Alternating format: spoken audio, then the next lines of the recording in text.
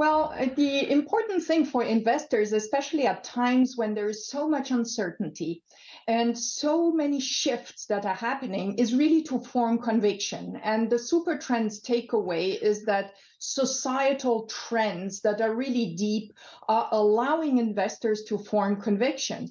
I think climate change, for example, is progressing and is really shaping how businesses and investors are allocating their capital, raising new opportunities. So one of the things that we are exploring is how the energy transition is going to affect sectors that are perhaps a little bit forgotten, like materials, the new materials of the future.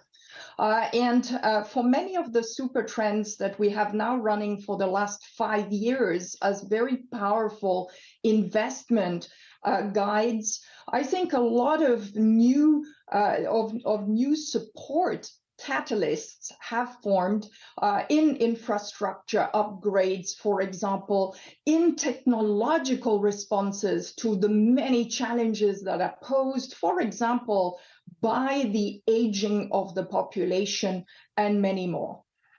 I'm going to pick up on an area of interest for me, and that is technology. I'll leave the silver economy for someone else. But the technology aspect is fascinating here because we've seen AI come to the fore. How do you invest alongside that? Because before we got to 2023, a lot of the big names in the sector were throwing a truckload of money at AI. Now suddenly everybody is looking at opportunities. But how do you make money from investing alongside the AI opportunity at this point?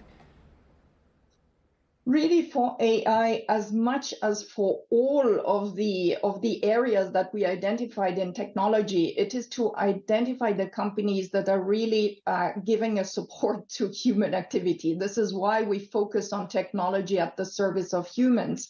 And facilitating the use of big data is one of the powerful ways to benefit from artificial intelligence. I mean, right now, the use of data is permeating through all sectors, new economy sectors, old economy sectors.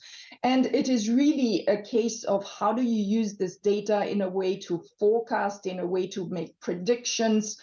This is where artificial intelligence is absolutely providing an edge. This is also where companies are bringing to the fore some of their disruptive capabilities. OK, Nannette, I'll pick up with what Karen was baiting me with. I do happen to have a beautiful silver mane, or certainly receding silver mane, at least anyway, Nannette. So I'll go with the silver economy as well. What does it mean for your, actually, more specifically, rather than some healthcare and consumer goods, what does it mean for your wealth, for financial services? Because I'm pretty sure that the Credit Suisses of this world must be licking their lips, hoping that we're going to see this enormous expansion in wealthy older people and people like myself. I mean, beyond wealth management, Jeff, really what is happening when the population is aging at the same time as the public sector has only limited means in many countries to support their aging population is about how do people ensure their retirement funds. And so really the asset management industry is the one in the private sector that is going to stand besides the public sector to provide a solution to the challenge. All of us will have to look partly for our own retirement funding.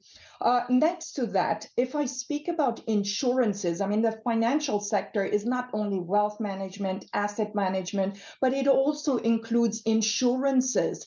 Think about life insurance when you have generational transfers and also differences. I mean, it's a fact that the longevity of women, for example, is different than the one of men. And so life insurances, but also health insurances are going to be part of the economy of the future, an economy where the elderly population is going to make more and more of the global population.